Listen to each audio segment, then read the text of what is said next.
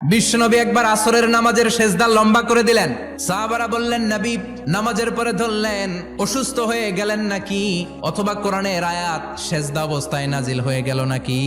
আসরের সেজদা তো এত লম্বা করতে কখনো দেখি নাই রে নবী। বিশ্বনবী বললেন, না, অসুস্থ হই নাই, কোরআনের আয়াত নাজিল হয় নাই। আমি যখন সেজদায় লুটিয়ে পড়েছি, আমার কলিজার টুকরা নাতি হাসান আমার কাঁধের উপরে চেপে বসেছে।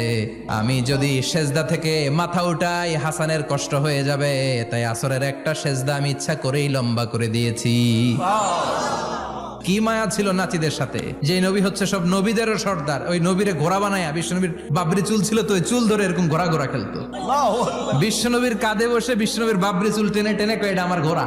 হাসান হুসানের গায়ের এমন কোন জায়গা নাই যে জায়গায় বিশ্বনবী চুমা দেয় নাই। আর বলতেন, রাইহানা চাইনি ফিদ দুনিয়া, হাসান আর হুসাইন হলো আমার দুনিয়ার সুগন্ধি।